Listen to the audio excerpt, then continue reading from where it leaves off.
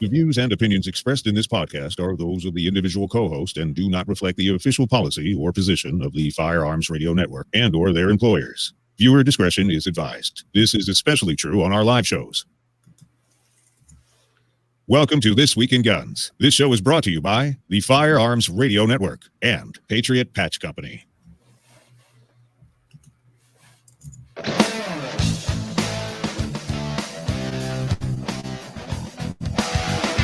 Welcome to This Week in Guns. This show is brought to you by the Firearms Radio Network, Patriot Patch Company, and Second Call Defense. Before you go shopping on Amazon, please go to firearmsradio.tv/Amazon and click our affiliate link there to support pro-gun shows like This Week in Guns. We have a great panel this week. We have Josh Cast returning from Four Guys Guns, marketing consultant and apathetic C-list YouTuber. Hey, Josh. Hey, Jake. Pleasure to be back.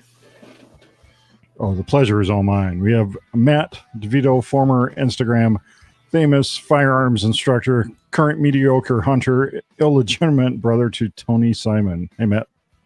What's up, Jake? Thanks for having me. We have Ryan Kleckner, firearms law attorney, best-selling author of Long Range Shooting Handbook, and serial entrepreneur. Latest projects include Gun University and Musket and Hatchet Beard Oil. Wait, you do oils? Look at this beard oil right here. Look at this majestic beard. Is this like the manly essential oil game? No, it's one of those things that since I'm a serial entrepreneur, I started using a lot of it and thought, you know what? I think although there's ones out there for like guys, there's no one doing the shooting community stuff. So do you have anything in a high gloss? I should have put some on for tonight. I have some glitter.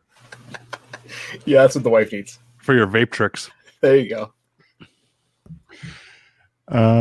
Yeah, have to look into that. No, very cool. Great to have you on. Have you been on This Week in Guns before, Ryan? I have. I've been on a few times. It's my first time with you, though. I'm looking forward to it. Oh, I'm so sorry. So Patriot Patch Company helps make this episode possible. Check out the Patch of the Month Club over at patriotpatch.co. Unique designs every month delivered to your mailbox. Only available via the Patch of the Month Club. You get a unique patch, artwork card, and matching sticker. patriotpatch.co. Top stories this week. We have... Usually we start with positive news, but I couldn't find any this week. No positive news to be found. Group demands Hasbro to stop making assault-style Nerf guns. The first thing I did when I saw this article was go and immediately see what Nerf's revenues were for the past year. And I was like, yeah, that's not going to happen. It's $400 million. They brought in $400 million last year alone from Nerf.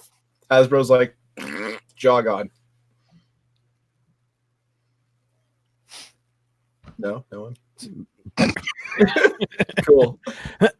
Well, so this group is upset that the latest holiday ads, videos for Nerf guns show all these assault style Nerf guns, and they're just so worried because all these mass shootings involve assault style guns that look nothing like the Nerf guns. But well, I've struggled with this a little bit, so I think that firearm safety is paramount, especially around kids. I don't think we should keep firearms from kids. I think we should expose them to them often and early and teach them gun safety and store firearms safely. But at the same time, I love playing with toy guns when I was a kid. I think kids can play with toy guns just now. I think if you took toy guns away from a kid, I've seen this with my kids' friends or neighbor kids. Families don't want toy guns around the house. The kid picks up a stick and goes bang, bang, bang. They're going to make guns out of something anyway. The only thing I struggle with, and maybe you guys can help me with this one, is how to describe a toy gun versus a real gun. Because I'm so crazy serious about real gun firearm safety. I said, if it's a real gun, you do X, Y, and Z. But if it's a toy gun, it's okay. And then you can't say, well, the toy guns, they're easy to tell because they're brightly colored in plastic. Because the Glock could be brightly colored in plastic. So that's the only part I struggle with. And then you have some jackwagon that decides to put a Ruger 1022 into a Nerf gun. So it's a moot point. Just a little bit of insight. I mean, my son used to yell at the kids in the neighborhood because he learned the 4 or 3 main firearm safety rules before he was even allowed to shoot his first gun. Mm-hmm. He carried that over to Nerf. And what ended up happening was he runs around with his finger off the trigger. He Good. does not bring the gun up. He's muzzle down or high port. And he'll call out moving commands, move, et cetera, et cetera. But in the same breath, like he had that same issue. He was like, I'm not supposed to point this at people. And I said, so you checked it, right? And he said, yes. I said, so you know what ammo is in there? Yes. And he said, okay. Do you think it's okay to play a game with this? I said, Daddy plays with simunitions. And I know that's going to hurt, but I know that that's not going to kill me. So I was like, do you know you're in a safe environment? And he said, well, yeah. And I said, okay, then it's okay to point it and shoot, just like a squirt gun, a super soaker, anything like that. And he's like, oh, okay. Because you're right. You can't make that distinction of toy versus real, but he treats them as if they were, and he understands that's the hardest part, is understanding game versus reality. I think it's a good point. The simunition part is, I can't say I wouldn't ever point a gun at something I'm not willing to destroy, because I would point a gun with simunitions at one of you guys. Force of Force is hilariously fun, right? So we clearly break the rules. I guess the idea there is the rules are general rules and they apply generally, but when you're in a safe environment, maybe you can. And it's a thing I think we miss because we're adults and we know what bad and good is, but we had to get there somehow, right? So, getting him to see those steps to processing real versus fake, which is what helped him, because he'd watch me edit videos for YouTube. He'd watch me, videos and pictures from training classes and things like that, and be like, well, here's how we knew and here's how we got from A to B, so he can understand. And helping him down that path of understanding that this is a toy versus not a toy has definitely helped. Yeah, that makes a lot of sense. I mean, do you guys walk around with a cordless drill with good trigger discipline like I do? Of course. Absolutely. It follows you everywhere, doesn't it? And nail gun. Well, next week we'll talk about escalation of use of force with Nerf guns and adding the thumbtack tips to the part. Game changer. End of. Now, if you put a thumbtack on the front of a AA battery, would that just be a taser? I think you need a 9-volt. Yeah. That's going to hurt regardless. Yeah. Slinging 9 volts around. And of positive news, if we had it to begin with, I don't know. Virginia Democrats want to declare the state capital a gun-free zone ahead of Lobby Day. And then 2 companion stories. VA governor increases budget for corrections ahead of new gun laws, and the 2A sanctuary movement is using the left's playbook and they can't stand it. So who wants to dive into Virginia first? The Big Igloo? Is this what, I mean, is this the Big Igloo? Or the Big Luau? I don't know. It could be either or. I mean, I've been following it pretty closely. I've got a lot of friends that are down that way. And coming from Massachusetts, it's kind of the same thing that happened in Mass, where a lot of people were like, well, I'm just going to move. I'm going to move north. I'll move here. I'll move there, screw it. I'm not going to let them have my guns. And I talked to a bunch of friends and like, oh, I'm either going to move, I'm going to buy property in a neighboring state, or do this or do that, or give guns to a friend or a family member or whatever. And then finally, everybody's just like, screw it. We're not doing anything. Like, we're just going to stand our ground. I think it's ballsy as hell, and I respect every single one of those people. I think that finally it's come to a head, and it's been this just boiling, festering, I don't even know what you want to call it. And it's finally coming to a head. And I think the left has pushed so far, and we've been super peaceful about it. Like, we're not out, all these demonstrations and everything, hurting people, breaking stuff, flipping cars, lighting stuff on fire. We've been super peaceful about it. And I guess it's the phrase I'm looking for. Respectful indifference, I guess, or respect. Like, it's the fact that we're not doing anything violent, but we're also letting our voices be heard to say that, no, not one more inch. I think it's one of the coolest things to happen in the gun community since I've been in it. You have all these people that are gathering around, and there's people donating, profits and sales from, all types of merchandise and everything else, to the Virginia Citizens Defense League, I think it is. And I think it really, it speaks to the gun community of when we get together, we can make awesome stuff happen. Yeah, we kind of are our worst enemies a lot of the time. But I mean, looking at the response from around the country of what's going on and the people that are getting together to make their voices heard, that, it's not going to go any further. It's, I think it's a force to be reckoned with, and it's going to set the stage for a lot of other stuff and a lot of the other, you call like a band state, to hopefully kind of light a fire under their asses to be like, hey, if they can do it in Virginia, then we can do it here in New York and Massachusetts and New Jersey and Connecticut and all those other places. Maybe not California. They can just still sink into the ocean, but all the other non-gun friendly states. I think collectively the country's coming to a head of we're done.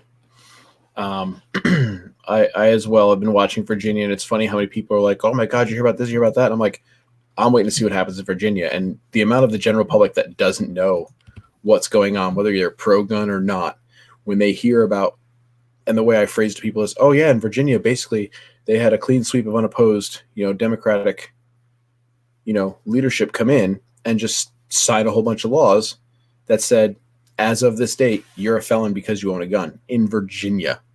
That may fly in California, but you're a felon just by something you own, despite what you believe in. And they're like, well, that's not right.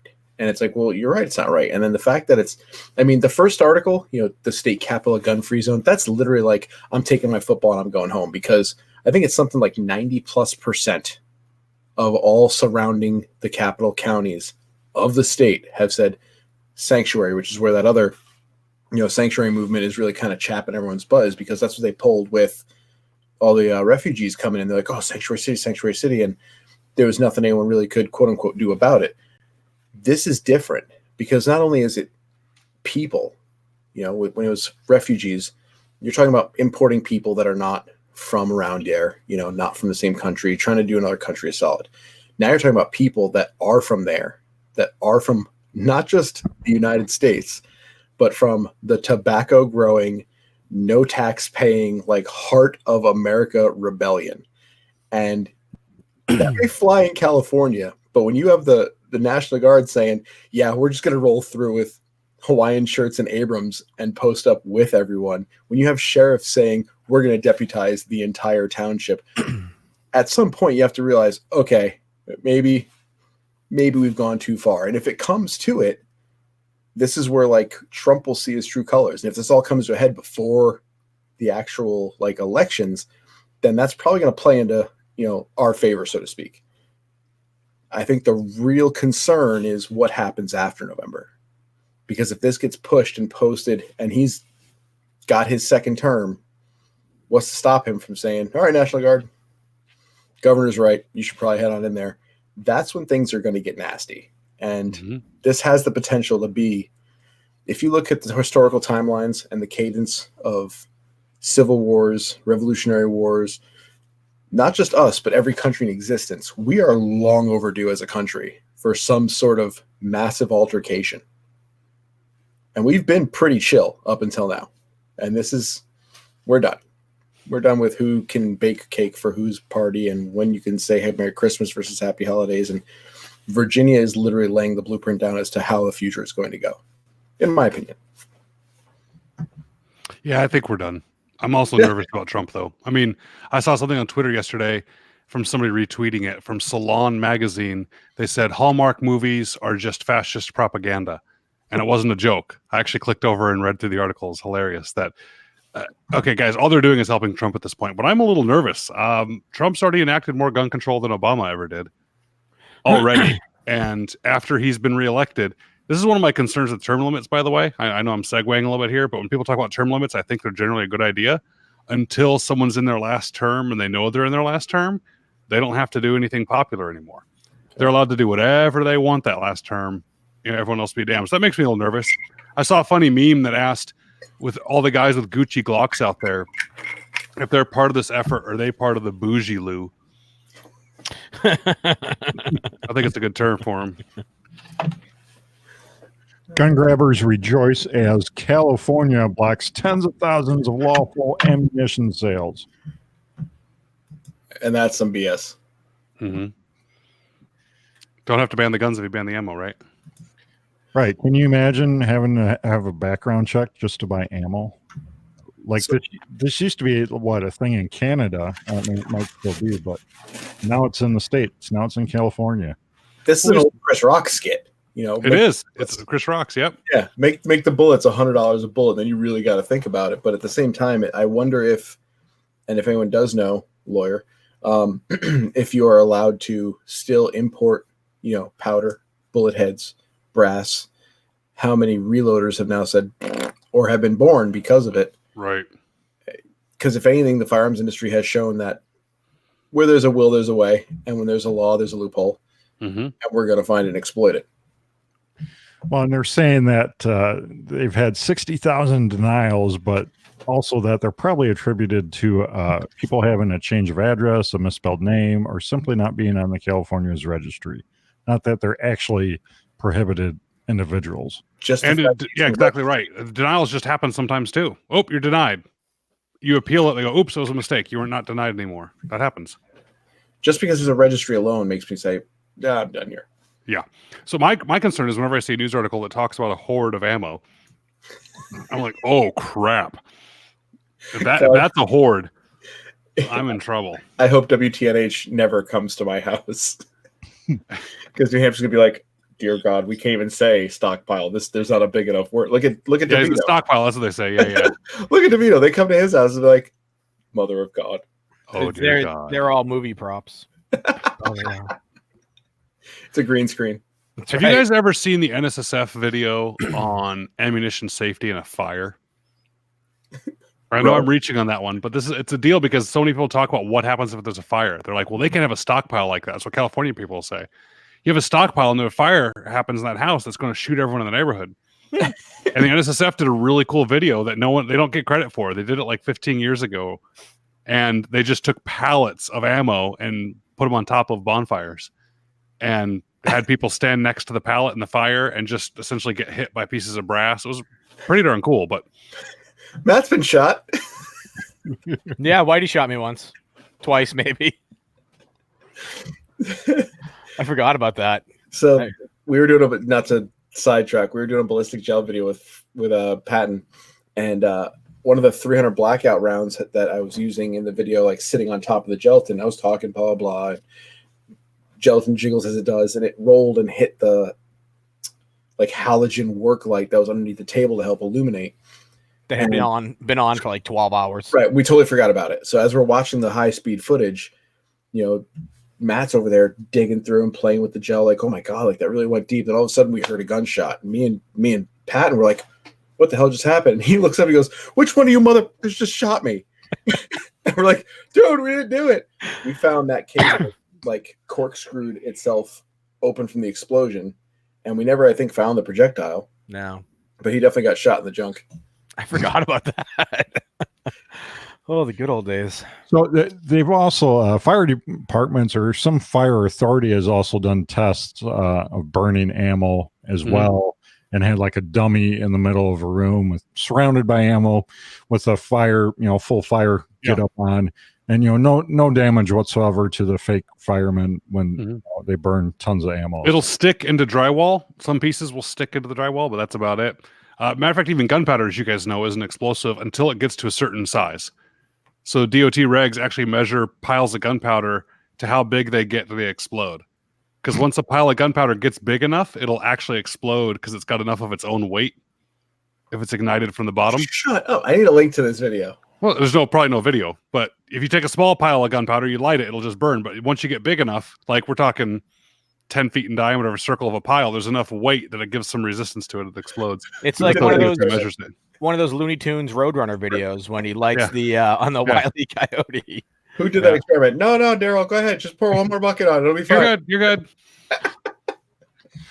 Gun rights group files suit to stop PA ghost gun rule.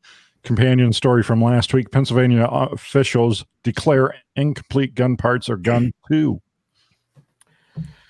That's essentially what happened in Massachusetts 3 years ago when they banned the sale of AR-15s and AKs and stuff like that because there was no clarification. Nobody ships anything to Mass anymore. You can't ship a bolt carrier group. You can't ship an upper. I mean, don't get me wrong. There are companies that do ship them, and good for them.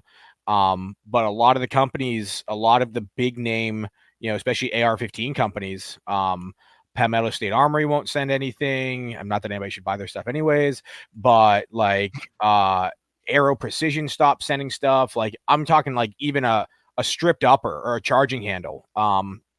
If it was a firearm component to make a firearm, they stopped sending it. It really, I put a damper, is putting it mildly, on what happened to the market there.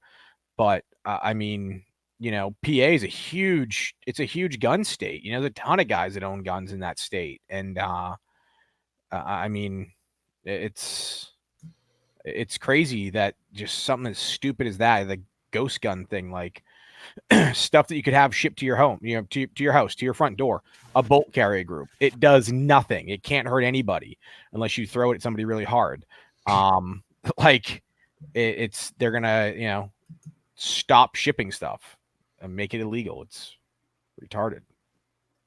So the Firearms Policy Coalition actually filed this suit against PA.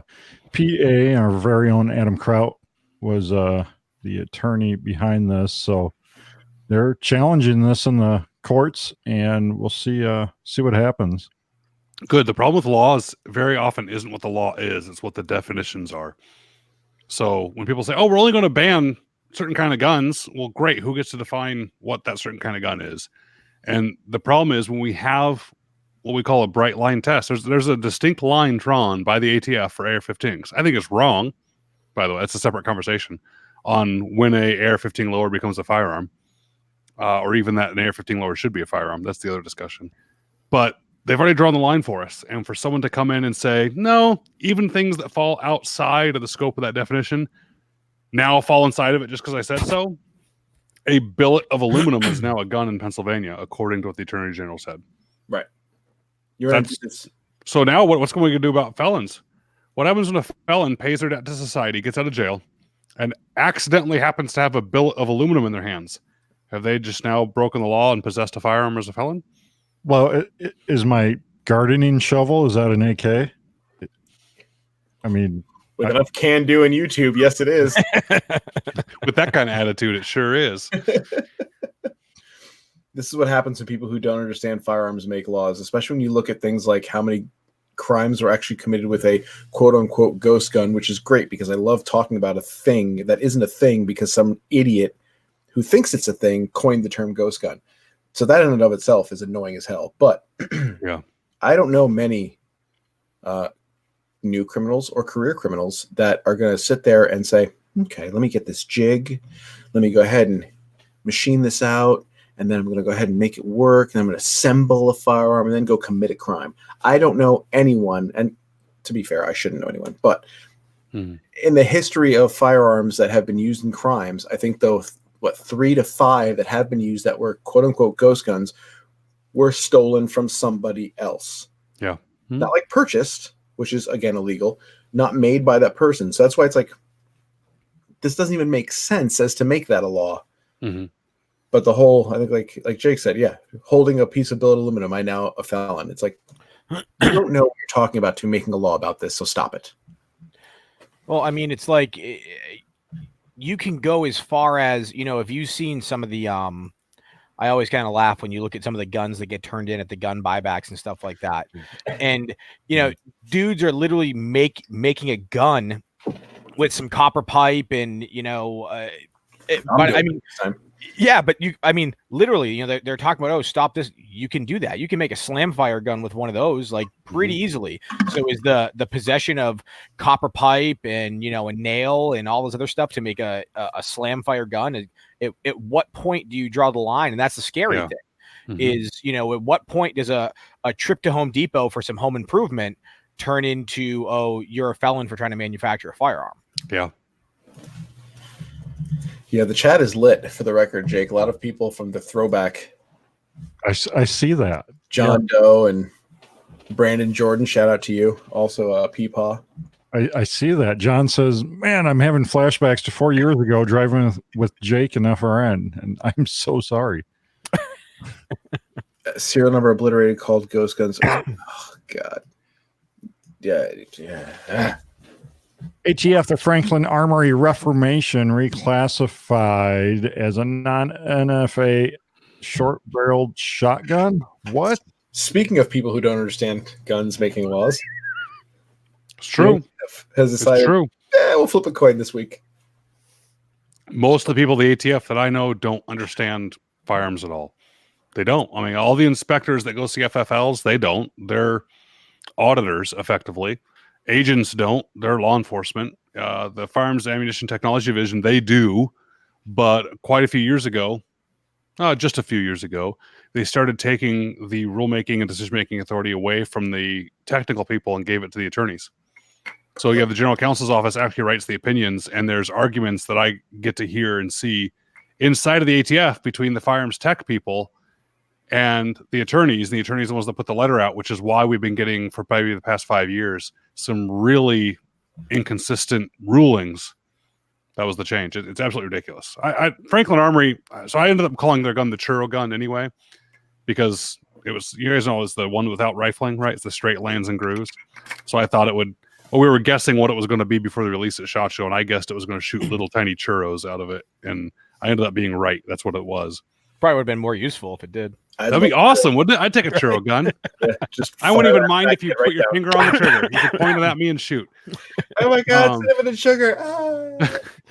It's like you just did like a sticky grenade thing there. You ever see that routine, Whitey? That comedian? Oh, you got to go look it up on YouTube. It's a funny, like, smaller Army vet that does some stand-up comedy. He's freaking hilarious. Go like YouTube later. Sticky grenade. Anyway, so the churro gun, I mean, part of me applauds them because I like to exploit loopholes whenever I can. I like to play stupid games and make up things and have fun, and I think that's kind of cool they did that. But at the same time, it's like, guys, what in the world? What purpose did you serve by making a gun that you can't hit a target with, that nobody wants to buy? Apologies to anyone on here that may have bought one, that wants one and likes it. I don't get the point of it. But that being said, the ATF is now stupid because the ATF literally made up out of thin air a classification of firearm that really shouldn't exist. And Franklin Armory knew about this. They knew about this from a while ago, from a year ago. Did you guys catch that in the news story? That's the part that makes me mad. So the ATF a year ago, apparently in an 11 or 13 or whatever low double-digit page letter to Franklin Armory, made this determination, said, hey guys, yeah, we get that it's not a rifle. So first off, real quick for everyone listening, the quick definitions: rifle, designed and intended to be fired from the shoulder with rifled barrel. Shotgun, designed and intended to be fired from the shoulder with a smooth barrel. Okay, it doesn't matter if you actually fire it from your forehead or not. If it was designed and intended to be fired from the shoulder, rifled and smooth barrel, take it the names. It doesn't matter if it's a shotgun shell. So if you took a 30-06 with a smooth barrel, it's technically a shotgun. Huh. Now, the problem has nothing to do with the cartridge it fires. The problem is with these straight lands and grooves, well, it's clearly not rifling, so it can't be a rifle. I think a pretty reasonable person can make the argument it's not a smooth barrel either. Therefore, it shouldn't be able to be a shotgun. Instead, I think this may have been their mistake. Franklin Armory last year argued with the ATF and said they tried to go to the shotgun shell determination from the NFA.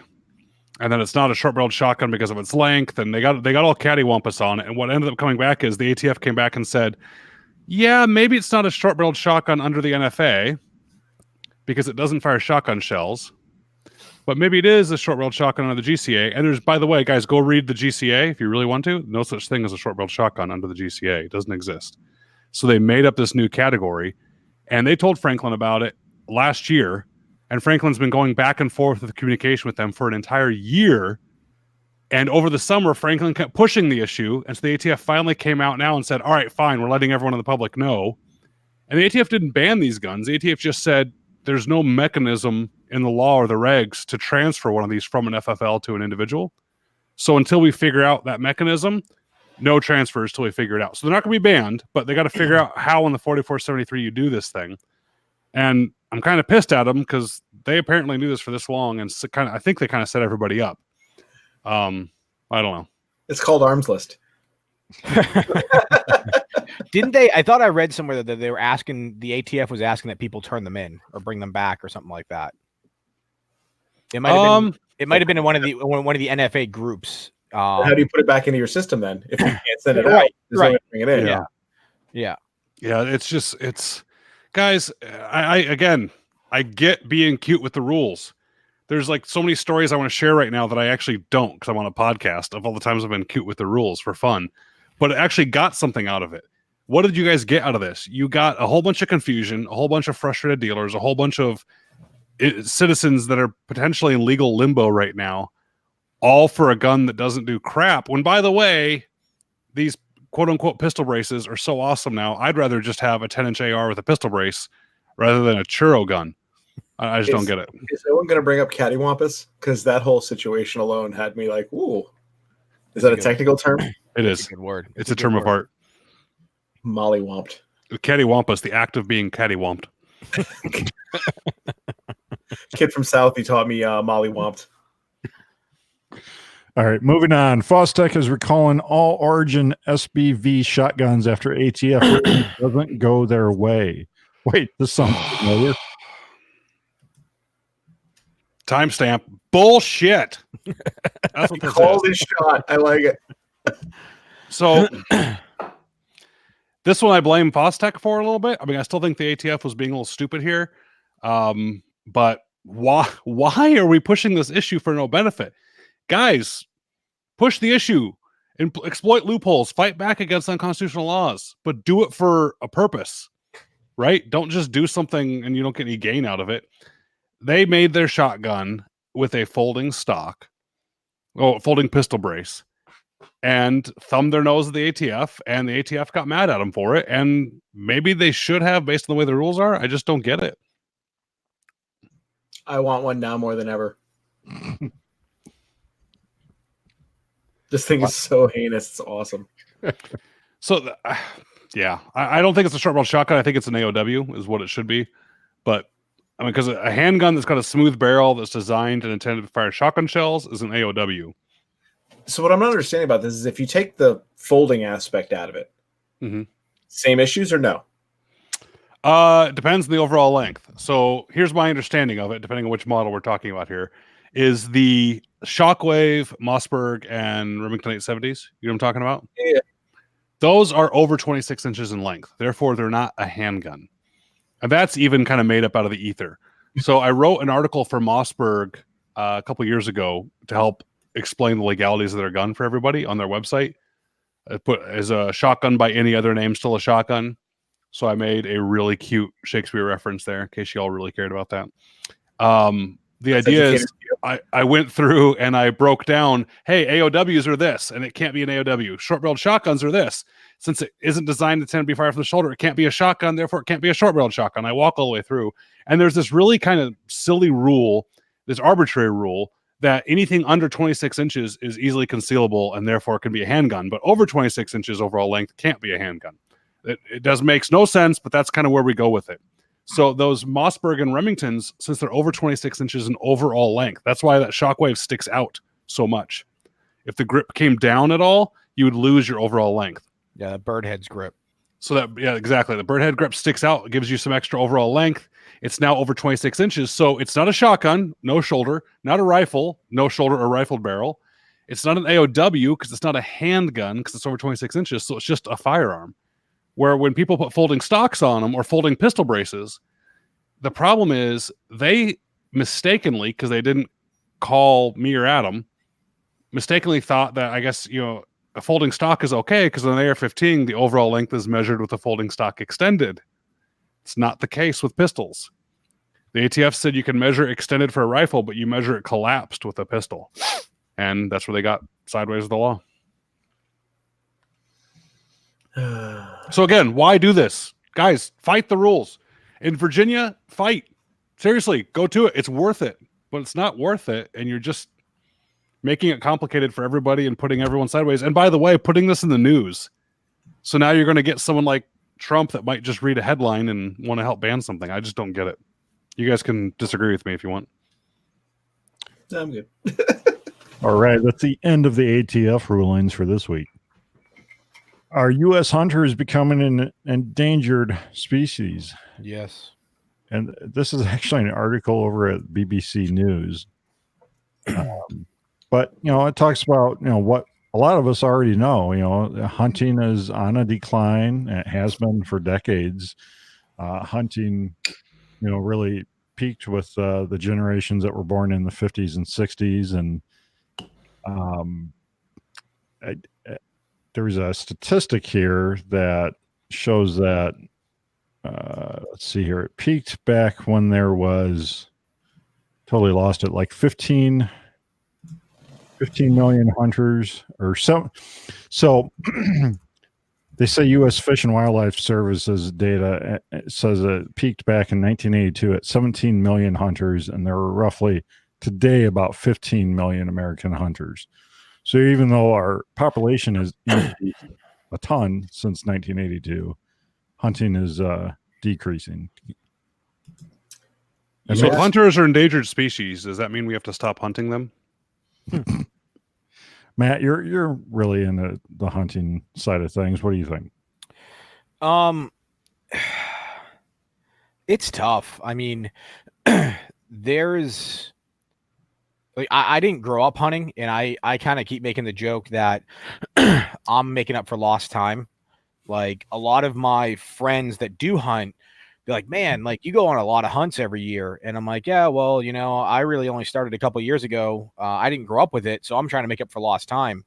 I have friends that their 5-year-old kid shot their first whitetail at 5. I shot my first whitetail at 35. So I definitely didn't grow up with it. I didn't grow up with guns. Whitey and I kind of come from the same background where our families weren't into guns, didn't really like guns. And we are, I guess the enigmas that now we're like Uber gun guys.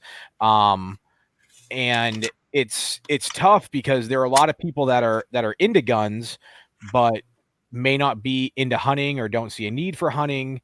And it's kind of hard to explain to somebody why you do it, because there's shooting sports, shooting paper targets and everything else like that. And a lot of people enjoy that, but they don't enjoy, I guess the word I'm looking for.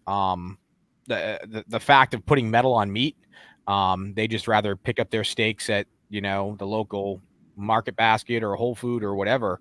And they don't enjoy the whole process in the middle there of going out and harvesting your own meat. And it's, a lot of people have kind of a weak stomach when it comes to it, and that's fine. It is what it is. But the fact of the matter is that if we look at where we're going as a nation, I mean, this can be said about a lot of things, as far as alphas and betas and the whole thing is, there are more kids that grow up today that know how to find all the little Easter eggs and everything else they call them on the Call of Duty games than know how to gut and skin a deer.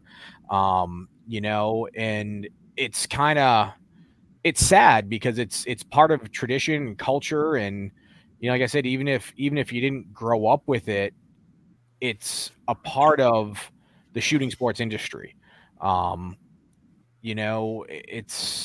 It's just something that's been handed down. It's a time honored tradition. And it's kind of lost on a lot of people. And I try to do my part to get as many people into it as possible. Even just to get their feet wet to see if maybe they do like it or don't like it. There's so many different aspects to it, whether it be bird hunting, big game hunting, predator hunting, whatever the case may be. And a lot of people don't realize how much is affected if we do lose even more hunters as far as a conservation effort goes. Ryan said beforehand off air that he just got back from Wyoming on an elk hunt. I don't know what an elk tag cost in Wyoming. I know what my non-resident elk tag cost in Montana last year, and it's expensive, and it's Mhm. expensive. It's expensive for a couple reasons, and one of the biggest reasons, a lot of that money goes to conservation to help preserve the elk herds and to study the elk. Mhm. And if we continue on this decline, it's going to put a lot of animals in danger simply because there's going to be no money in the budgets to study them. You're not going to have any money to pay biologists to go out there and try and, preserve these animals for future generations. So yeah, it's definitely scary. Especially from my aspect where, I mean, I think I had over 200 hours of vacation last year at work, and I used every single hour to go on hunting trips. Um, and it's tough to kind of think of the fact that animals that have been brought back, and it's crazy, people don't think, but like turkeys, wild turkeys, they're almost extinct in this country, and hunting brought them back. Conservation efforts brought them back. Same thing with deer, right? North American model of conservation works. Yep. Yeah, exactly. In black bear and everything else like that. And it's all these animals that we kind of take for granted that we wouldn't have if it weren't for hunting and hunters and paying, for fish and game fees and tags and everything else like that. So it's more than just kind of the bravado and the macho of, oh, I killed this animal, I'm going to skin it and eat it. There's a lot more that goes into it. And that's what concerns me the most is that, there could be an entire generation that grows up and they never see a white-tailed deer, simply because they don't exist anymore. Because, and people, again, a lot of people don't understand it. Oh, well, hunters kill deer, but we do as much conservation for the deer as we do take them from the environment. And I'm sure Ryan can speak to it as well. More often than not, the deer win. So it's a tough pill to swallow. Because you'd think moving forward, as you see the firearms industry kind of branch out to, I guess different levels in different walks of life, the hunting industry has kind of gone stagnant, and it's tough. I don't know what we can do to change it, but hopefully something. Well, all of us, I think, are partially to blame, right? I need to invite more people hunting for the first time. And if you've never been hunting, you want to go, you need to ask, because hunters, just like competition shooters, just like any other part of the firearms industry, are nice people, and they love sharing what they do and teaching people about it. I see a lot of FUDs that are gun 1.0 hunters that think if it doesn't have blued steel and a wood stock that it doesn't belong in the field. And I see a lot of guys that would never buy gun 2.0 guys that would never buy a gun with a wood stock. And when I was in my Wyoming elk hunt, I was very spoiled this year. I got to go on 3 elk hunts this year. It was awesome. And I went out of the country and went on wild boar hunts. I'm spoiled, but I live to hunt. And I think what I do different than some people is this Cody Wyoming elk hunt. I went with an AR-10. I walked around with an AR-10 in 6.5 Creedmoor. And there are plenty of hunters out there that will frown at me for that. And I think we need to knock that crap off. So if you get into these AR-15s and think they're only tactical, they're only whatever, or not for hunting, you know what? Maybe you need to go hunting. Maybe you need to realize that I personally hate this argument that, oh, it's not a weapon of war, or it's not a weapon, or it's not dangerous. No, guns are dangerous. They're supposed to be dangerous. Some of these guns were completely designed only to be able to kill. Let's go hunting and remember what they're for and have an appreciation for them and some respect for them. I don't know. What do you guys think? I think this is one of those things that, as much as we'd like to be concerned about it, if something like Virginia completely keeps getting out of hand, it's going to be a self-correcting issue. I know the hunting industry, feels probably the pinch more than anybody, but I don't see hunting dying entirely at all. I see a lot of issues like you guys are saying where species start becoming really, really like something to be concerned with, going the way of the dodo, so to speak. Yeah. But I mean, can anyone here tell me, and this is, I can't prove any of this, but can anyone here tell me why suppressors even got on the NFA list? Because the gangsters in like Al Capone era were using them. Nope. Why? Because the government was pissed that people were poaching without gunshots. We it used to came argue out. when I was at the NSSF that we should make people put air horns on their bows. We say if you're still worried about poaching, you should have to shoot a bow and be like, and hit an air horn. I mean, as long as the government has a will, there's always a way, and as long as Yeah. the people have a will, there's always a way. And when it comes down to it, at some point in this country, we're probably going to see a situation where we're going to have to go and get food, and it's not going to be from the store, and that's going to lead to a new generation of I went hunting with my dad. I think Matt and I, and well, you guys too, just hope that there's still deer for that, and that people know how to do it. I mean, I can picture my dad when he was my age. I can't imagine he was the only guy on his street that knew how to hunt a deer. I'd wager that I'm the only guy in my street that knows how to do something after you shoot it. And that's So- the part I don't. Maybe I need to go more out of my way and teach people stuff. So you've just added to my to-do list. I'm going to write a bunch of gun university articles on the basics of. So you Well- got a dead deer in front of you. What do you do now? So My 9-year-old has watched so many episodes of Meat Eater that he now knows more about gutting a deer than I do. So yeah, Meat Eater is great for Good. bringing people Loves in. I'm like, I don't even know how to fucking hunt. Are you kidding me? Oh, timestamp. Look, timestamp. Oh. Penis. That too. All right, let's move on. Nikon Corporation to withdraw from the rifle scope business. Why? Oh, they're doing just camera stuff now, aren't they? Is that what I read? Yeah, they're consolidating to mainly camera, I think. 500 people that didn't want to pay loophole prices are super pissed off about this. That's what it boils down to. They didn't advance. They did nothing to improve. They sat stagnant, and this is Those 500 people that now have a Vortex right. that are thinking, I was going to buy a Nikon last year. Yep. Yeah, I mean, I don't know about you guys. I don't own any Nikons. I think it's sad. I like seeing more options, but I also think the firearms industry is maybe due. I hope I don't regret this, but I think it's due for a little bit of a thinning. Every company out there makes everything for an AR-15. At a certain point, we might have to have an ebb and flow to the industry, and people like Nikon maybe make some smart decisions and choose what products they're going to go after and what they're not, and move on. Yeah, absolutely. Spin-off American Outdoors to separate from Smith & Wesson. So American Outdoors Brands Corporation is largely like non-firearm brands under the Smith & Wesson family, and so they're separating the firearms side of things off from the apparel and accessory side of things. And it sounds like they're doing this for a few reasons, but part of the reason is because guns and the gun firearm side of things require different insurance, different regulations, different. So they're kind of insulating the other brands that don't necessarily have to be attached to the firearm side of things, which is sad, but I get why they're doing it. And banking. If they're investments, they're sitting down with investment bankers to restructure something. Immediately, guns cause a problem. Mm-hmm. So it sucks, but I mean, you can't use Shopify, you can't use certain credit cards, you can't use whatever. So, and they just saw Federal do it, or ATK do it, and it's working out okay for them. Unfortunately, I wish we could slap them a little bit for doing it, but Which is funny because I think the last time I was on this show was when they had actually acquired Smith & Wesson into the fold, and now they're like, we're gonna separate that. we're done. Is Smith & Wesson really doing that well right now? They sell a lot of shields. I know that. Shield EZ is a badass gun, but other than that, I mean, I think they're still working on catching up to Glock. To be fair, Yeah, they haven't. Aside from that, they haven't really done anything, right? Performance Center has been me.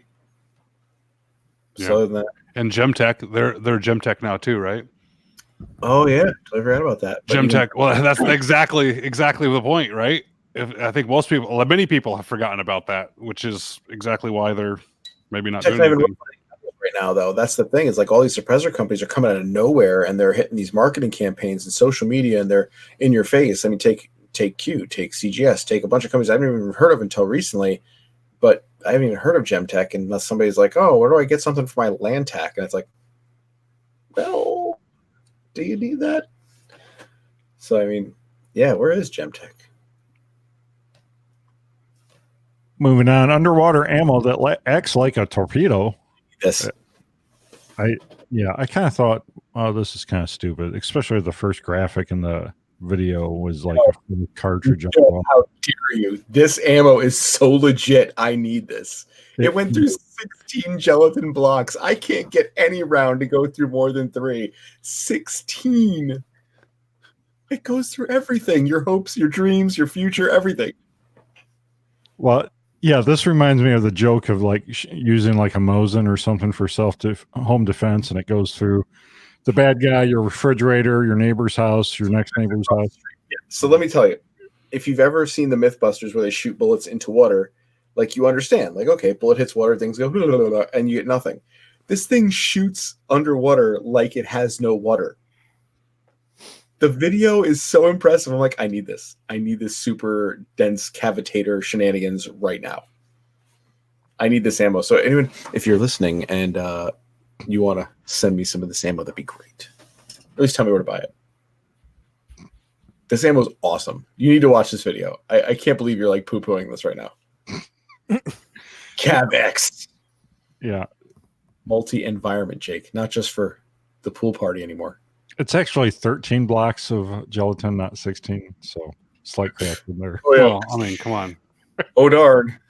If only I had 15. Like, Yeah, but it's not a monster cartridge either. They fired it out of a Colt AR. it's a regular AR, Jake. Yeah, it says they also shot it through 55 feet of water and penetrated 2 centimeters of steel. Underwater.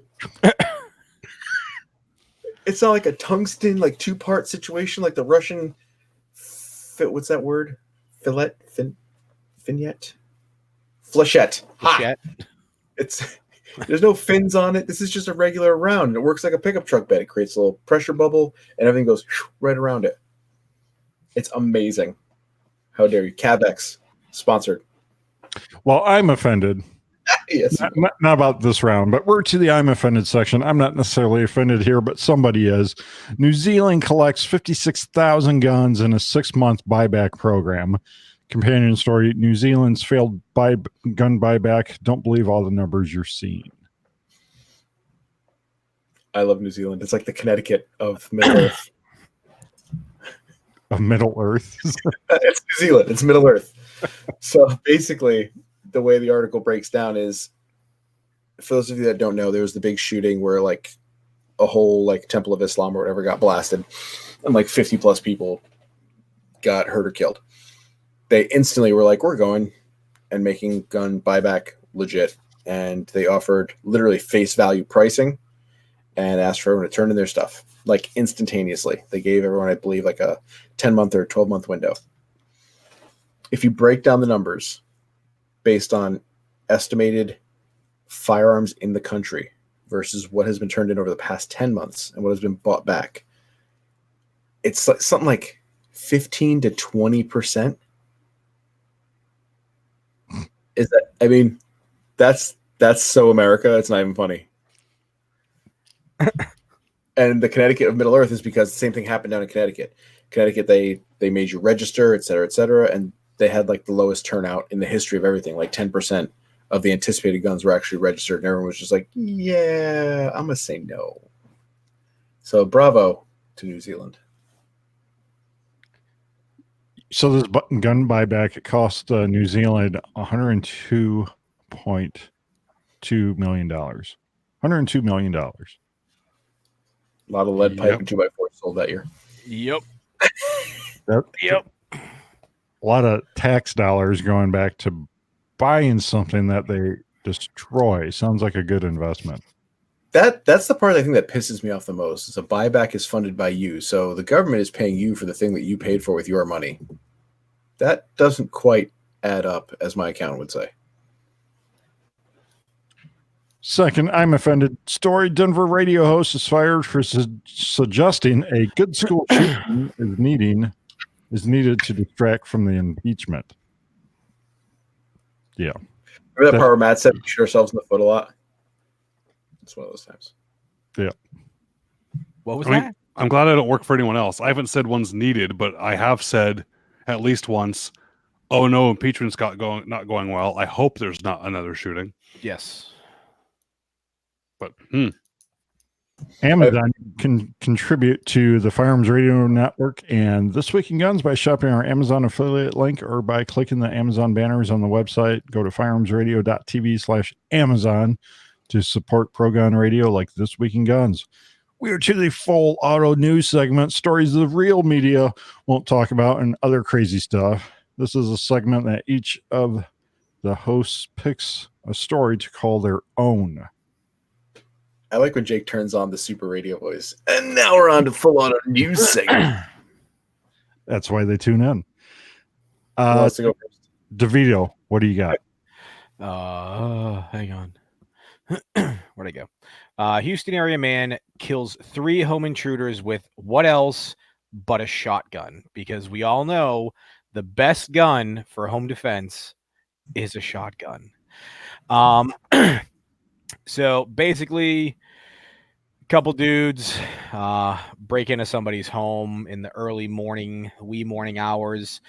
Shockingly, it was in a trailer park, and the guy grabbed his old trusty 12 gauge, and he probably just pumped it, and just the sound sent the bad guys running. But apparently, that old wives' tale isn't true. So one guy went to hide. His other roommate grabbed a shotgun, shot and killed 3 suspects. Probably, using his double-up buck. And probably what happened was it probably went through the drywall and shot them in the next room and everything else like that. Well, it was in a trailer park, so it probably went through. True, it threw whatever. Yeah, and it probably went to another trailer. Exactly. Yeah, no, but I mean, it's just this is why we only suggest shotguns for home defense. I mean, this is the epitome of why you shouldn't have a pistol or a rifle for home defense, because, I mean, he must not have racked it, because they would have just ran away. No, he was prepared. No. He was prepared. He had it rocking, ready to go. It was cocked and locked. He probably had his 1911 too, but that probably jammed.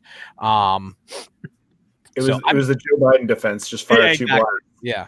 I'm kidding, by the way, about the whole shotgun for home defense thing. So before anybody tries to burn me down, no, I picked it because I'm like, this is the most FUD article that every old guy at the range is like, oh, just hear what happened. That's why we use shotguns for home defense, as they shoot 3 rounds through their bolt action rifle for deer season and wave their NRA memberships around and everything else. All these flavors. Speaking of the NRA, I had to rejoin the other day against my will because yes, exactly. Because my range membership is coming up. Immediately after I rejoined the NRA, do you know what happened? My credit card was compromised and somebody bought $2,000 worth of stuff at Yeti. So if you see somebody walking around with a bunch of Yeti freaking second. Well, I mean, you bought $2,000 Yeti. That wasn't me. No, it wasn't me. Wayne needed a new Yeti. Can you? So you got $2,000 at Yeti? Yeah. Why does somebody need 3 mugs? Well, apparently, the NRA was giving them away with the memberships, which was kind of funny. If you got the 3-year membership, you got a tumbler. So I'm like, oh, I guess I know where my money went. A legit Yeti tumbler? No way. It had to be some Chinese thing. Yeah. Wow. Good part of the ways. So yeah, I'm done. All right, Ryan, what do you got? A Davie, Florida officer shoots himself while attempting to shoot a charging dog. Officer showed up on the scene. Dog apparently, quote unquote, was charging him. So, of course, cop was doing what cops do, went to shoot the dog. And the article says he instinctively put out his other hand to stop the charging dog. And you guys can picture what happened now. He shot through the back of his own hand. He hit himself better than he hit the dog, because apparently the dog was only grazed and is just fine. And the cop needed medical treatment. So I knocked that up to poor training. 1, poor training on how to shoot with your support hand out in front of you, and 2, on training on how to hit something coming at you.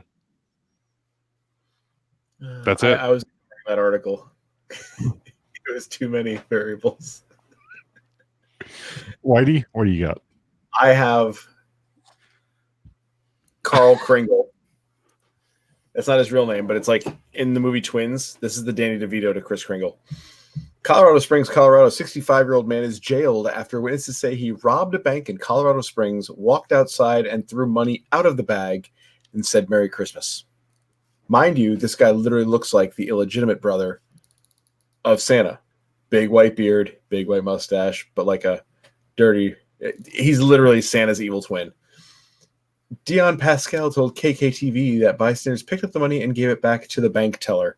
Lies, because police say thousands of dollars are still missing. Thousands, not hundreds. He literally went into the nearby coffee shop, sat down, and waited for police. $10,000 bail.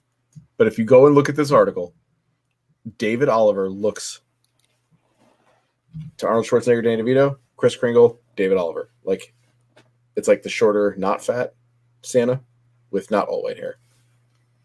He does. Merry Christmas. Hey, Jake, looks wasn't like- there an article about a healthcare professional you wanted to cover?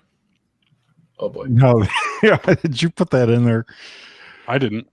Nope, did not want to cover that one at all. I just noticed it got deleted. That's the only reason I decided to bring it up. What was it? Tell us about it. It was from World News Daily Report, so it was fake. A nurse took samples from a healthcare institution, and the samples apparently were potent. They were effective. I really didn't put that in there. I'm just reading it. So the headline should have been "Nurse confirms viable samples." I think there'd be a cheaper way to test for that, but whatever. That literally reads like a Pornhub title. Oh my god, the comments though. All right, so the top 6 gun personalities around today. This article the Firearm Blog did. So we have the Boomer, the good old Boomer that has, he has a Mini 14 in the safe. I've got a Mini 14. You I have love it when a plan comes together.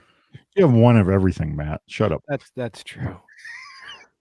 We have the tactical guy. I don't know. Is the tactical guy and the Mall Ninja related? There's no Mall Ninja in here, but Mall Ninja is the tactical guy's like illegitimate little cousin with like a third of the budget. He's like, yeah, no, this NC Star is totally legit with my front grip that turns into a bipod from Chigami, China.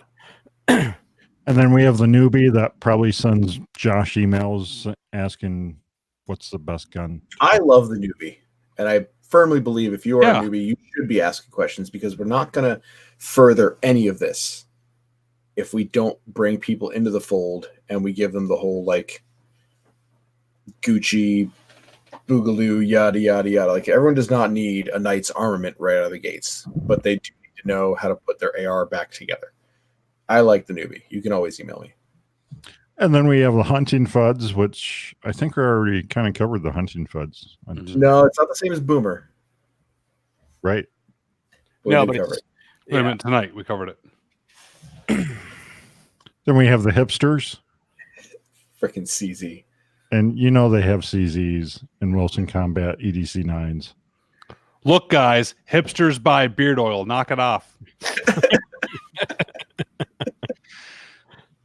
And the silent vets. Silent because they're deadly. is I there guess. such a thing? No, I'm the loud one. Yeah, aren't all vets loud? No offense. Yeah. Ish. Mhm. The educators. The wild card. What kind of gun educator Yeah, this. about here? Do these 6 categories? Do you guys agree with these? No. Yes, but no. Because part of me doesn't like that they're calling out newbies, just because I'm like, come on, guys, that's not even a category. Because a newbie could turn out to be an idiot, or could turn out to be a hipster, could turn out to be a tactical Then- guy, whatever. It's just a stage, There needs to be like a fanboy instead of a Yeah, noob. there you go. Yeah, because I don't want a newbie to read that and then be embarrassed about who they are. I want them to get out there and ask questions and be Right. not afraid to be a newbie. Matter of fact, I'd rather have a newbie than a jerk out there that thinks they know everything, is unwilling to learn. Oh god, high speed, low left. The guy that comes out there, mag flips and shenanigans, and it's all down and left. I've never heard that before. I like that. High speed, low left. That High was speed, low left. he used to work at the range that we film at. Was the nickname of high speed, low left because he'd get in a bay. The luxuriously large bays at Granite State Indoor Range and Gun Shop. They sell more than just SIGs, and he would literally go through like one reload, one drills, like oh my god, like so high speed. He would boom, pop, check, roll, you mag, catch, boom, just like T-Rex Arms does it, and it's like, okay, That's funny. those still exist, but it was always groupings were like minute of barn door. Well, that's the end of the full auto news segment. So about wraps us up. So, hey, Ryan, where can people connect with you online? Where can they buy your beard oil? I just ordered some beard balm from you, actually. I'm gonna Did check you that really? I was just, well, don't do that, man. Well, I thank you, but let me send you something else too. No, Well, so part of the problem is I had too many things going that I didn't. This part of Weekend Guns was so long, it bored even me, and I like hearing about myself. So I decided to make like one hub for everything, and that's why Gun University was born. That way, I can send people to do the FFL stuff or to do the other stuff. So my one hub for everything is Gun University. It still looks like it's a homemade site because it kind of is, but it's picking up more and more articles and traffic, and we're doing a big redesign by the time Shot will come out, and we hope to grow it into something huge. So go check it out. You want to get a hold of me? I'm there. awesome. Go ahead and throw a link in the show notes, and people can check out the show notes for all these links at firearmsradio.tv. Hey, Whitey, where can people connect with you online and find what you're up to? If you want the sarcasm and sass direct to you, the fastest way is probably Instagram. Send me a DM or something like that. Facebook, I get messages, but we've kind of been slow on the Facebook page when it comes to dumping content there. I try and get all the YouTube comments, but at Four Guys Guns on pretty much everything. Ladies, get me on Snapchat. And I also wanted to give a shout out to Del Coria. Del on Facebook, you are asking a lot of questions, and all you gotta do is rewind, buddy, and you'll get or download from iTunes the whole show, and you'll get all answers to some of these questions that you're asking in the comments. We haven't been ignoring you, I promise. But yeah, at Four Guys Guns, all one word, all spelled out. Holla at your boy. Hey, Matt, where can people connect with you online and find what you're up to? I've been pushing the Black Dirt Diaries. It's the Instagram. Facebook won't let me change my Facebook page to that because they said it doesn't relate to my other Facebook page, so I can't do it, but whatever. I started a blog because it's like the early 2000s, so I started a blog again, blackdirtdiaries.com, and the DRF training stuff for just like gun porn, but for anything hunting related or kind of cool stuff, Black Dirt Diaries on Instagram. That's about it. Shout out to all my homies from work that are watching and they're commenting left and right. Yeah, that's about it. Very cool. And you can check out all the other awesome shows on the Firearms Radio Network. Don't forget to watch live each week. Normally the show's live Wednesday nights, except for every fourth week of the month. I host on Thursday nights. You can leave us a review on iTunes and help out the show by shopping the Amazon affiliate link. And don't forget to check out Patriot Patch Company and Second Call Defense, and also pledge your support at firearmsradio.tv. Well, that's about a wrap. Thank you, Ryan. Thank you. Thank you, Whitey. Pleasure to be here, Jake. Thanks for having me. And thank you, Matt. Thanks, Jake. You're the best. Love you. Bye. That's a wrap, and we'll see you next time. Ba-chow.